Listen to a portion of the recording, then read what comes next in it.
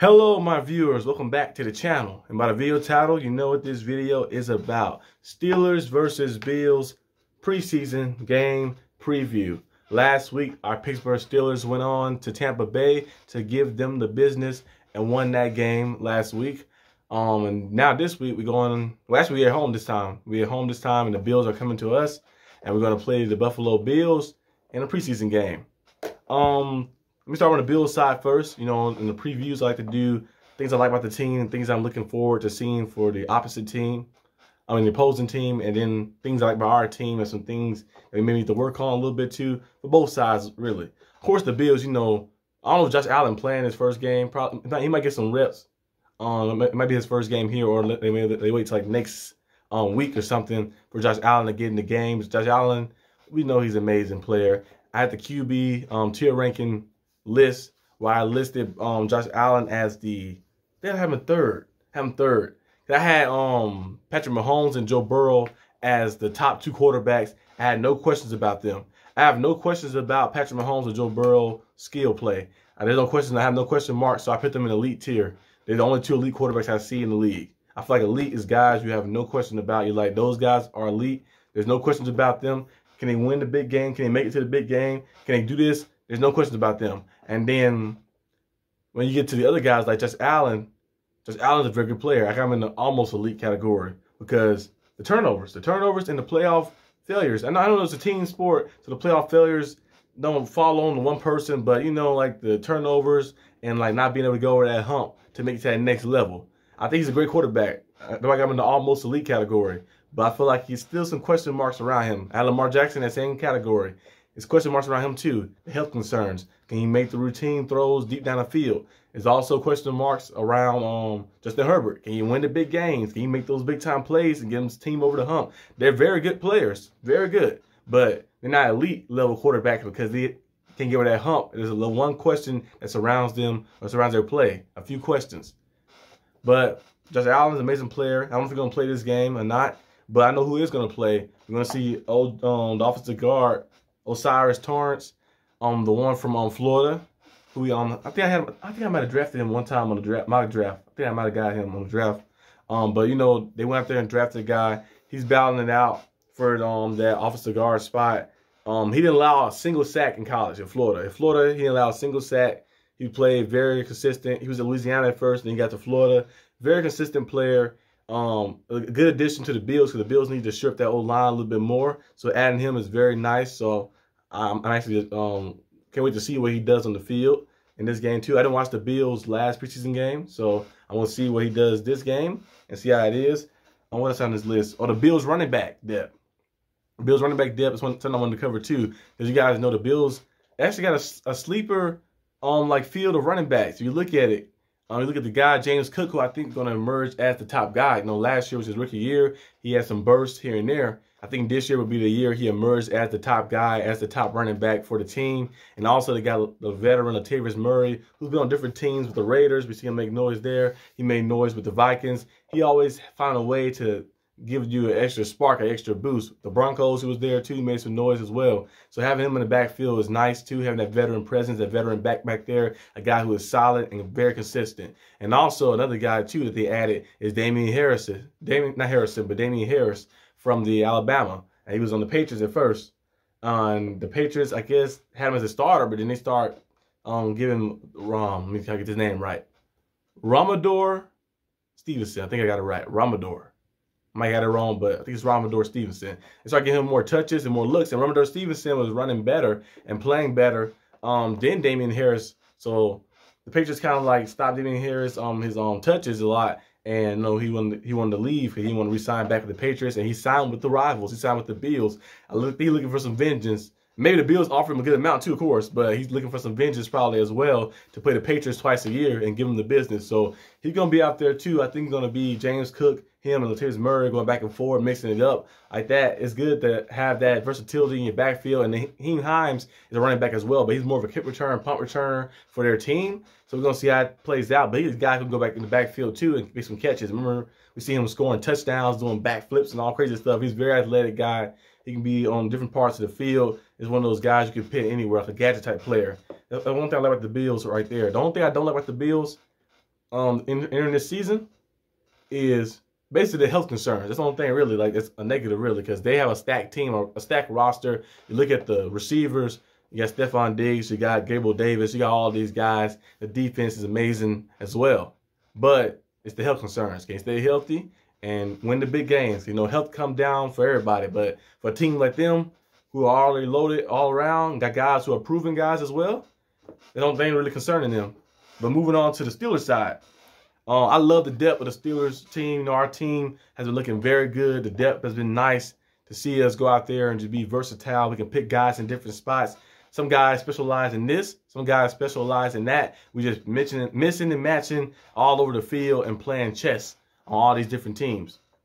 Another thing, too, that I like that I saw, the crafty play calling. We've seen different formations out there. We've seen things a little different and differently called out there. We've seen more play action out there. We've seen them throw the ball deep a lot more out there. We've seen some trickery a little bit, too, at the line of scrimmage with some of the motions and some of the smart things we was doing on the line before we snapped the ball, kind of like mixing the defenses up, and it was working pretty well with the new O-line as well, too. I like that I saw Calvin Austin going out there and just running that football and playing some amazing football out there. I think the song he was playing in his head was Johnny Be Good. He was just going. He was just, go, go, Johnny, go, go. He was just running full speed, and he got past him. And it was one of the passes that he almost had, too, as well. I think they came up with, I think he dropped it a little bit. But the other one that he had, the 63-yard touchdown, his speed, the way he had control and stuff, I feel like he still needs to get more reps and more in-game experience. But he's going to be nice. He's going to be something special, especially when you get because that was his first time playing any type of NFL level game. And he went out there and played an amazing game. So to see him go out there and get more reps and get more opportunities and to get more comfortable, like that, the more you play, the more comfortable you get. I always say practice made perfect, but like the one guy said, I don't know who said it, but somebody said it perfectly. He said, perfect practice make perfect. So when you practice right, when you do the right things and practice to make it perfect. Because you practice in the wrong way, you go on the field and play the wrong way or do something the wrong way, then it's not perfect, really. So you practice perfect, you'll play perfect out there, and you know, or close to it. But seeing Calvin Austin go out there and play like that was amazing to see. And I can't wait to see what he's going to do this week. Another thing I liked that I saw, too, was the O-line. The O-line, you know, the starting O-line, you know, seeing some of those guys out there and mixing it up. But I didn't like the O-line like backups. Some of the O-line backups did not fare too well. And mostly Kendrick Green like that. Because we've seen some of those crazy some crazy snaps that was happening and going all over the place. And we've seen some over the head stuff. And Mason Rudolph's out there calling the play, and one of those went over the head. And the other quarterback, what's his name?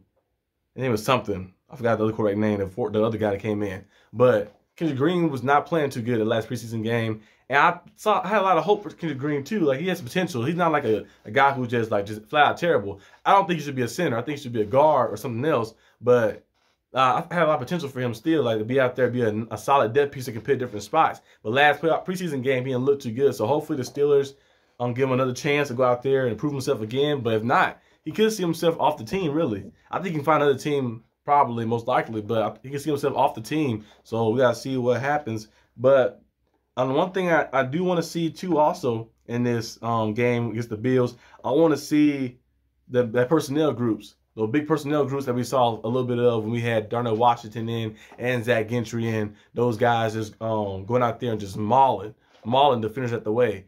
Imagine that when we get to like the goal line or we get to certain kind of the red zone area and we have that 12 personnel with Zach Gentry and we put out Darnell Washington.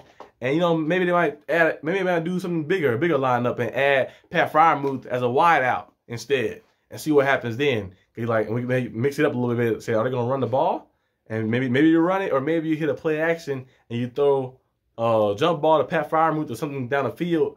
I don't know, but with this roster, you can do so many things. And Connor Hayward too, if he's in the mix as well, you put him at fullback or running back or something, and you have Darnell Washington, Zach Gentry, and then Pat Freiermuth out wide. You never know what can happen. It can get a little hectic and get a little trickery a little bit too, because you have all those guys and stuff, and it'll be just amazing to see. They have just too much size and ability and athleticism all on the field at once, and that would be ideal. So hopefully they're writing some of that stuff up. Hopefully they're using some of the ingredients that they've been given. You know, Coach Tomlin and Mr. Khan went out there and they bought some nice stuff for the kitchen. You know, we got on one of them. Coach Tomlin owned the restaurant. Mr. Khan is a part owner as well of the restaurant. They went out there and got some nice stuff. They hired some few chefs. They got a defensive coordinator chef in Terrell Austin, and they got another chef who's offensive coordinator, Matt Canada. Matt Canada made some bad food last year. You know, the food had its moments here and there, but it was never really good. So we're going to see what he does with these ingredients. He said he wanted these certain ingredients for his recipes. We're going to see what kind of food he make and kind of recipes he come up with these pieces. And the Steelers can go out there and just cook and make some big time plays and big time players get put in those big time spots. It's going to be amazing. It's going to be amazing to see because the AFC is wide open when you look at it, besides the Chiefs, of course. The Chiefs is the main team for everybody looking to beat. But besides the Chiefs, the AFC is wide open because there's a lot of teams that are in the AFC who are hungry, who are going at it. The AFC is a very competitive thing, but sometimes you can find your way flying the radar and sneaking your way into a certain spot and getting some wins and seeing yourself in the AFC Championship game. NFC is easier. You know, NFC, you be like, oh, I can go over there and I can be doing this like that. Of course, it's still football, so you still got to play games, and you know it still be tough. But you look at the quarterbacks in AFC alone, you just look at the AFC North. You got Joe Burrow, you got Lamar Jackson, and you got Deshaun Watson. And if Kenny Pickett emerges how they think he's gonna emerge, then you got him too. You got Patrick Mahomes, the best quarterback in the league, the best player in the league. You got Justin Herbert in the AFC West. You also got Jimmy Garoppolo. He's not a scrub. He's pretty good too. He has a very high win percentage, and he went to the Super Bowl before, and he's been to multiple championship games as well. And you also got Russell Wilson. Russell Wilson might have had a bad season, but he's still Russell Wilson. I think he's going to bounce back and emerge back. You got Trevor Lawrence over here. You got a lot of guys. Josh Allen. Mac Jones not a scrub either. He's pretty good. Tua Tagovailoa is a good quarterback. Got to stay healthy. And you got Aaron Rodgers over here now. It's a lot of guys on this side over here. Got young quarterbacks in Bryce Young over there with the Texans, and you also got C.J. Stroud. Well, C.J. Stroud with the Bryce Young with the Panthers. C.J. Stroud with the Texans. Yeah, C.J. Stroud with the Texans, and you also got AR over here, Anthony Richardson too. Now those guys are rookies, but you never know. We've seen rookie quarterbacks go out there and perform at a high level before. Andrew Luck went out there and did his thing, and Big Ben did his thing. Dak Prescott did his thing. So you never know what could happen. This AFC got a lot of guys in it, a lot of guys who are hungry, who are looking to make a statement. So are we going to be the ones who get left behind, or are we going to go on a trip and be the ones who lead the line? So we're going to see what happens. I'm very excited for this preseason game. I'm very excited for the regular season. But that's all I got for the video today, guys. Hope you guys enjoyed this video. And I'll see you guys next time on the channel. Leave your thoughts in the comment sections, and peace out.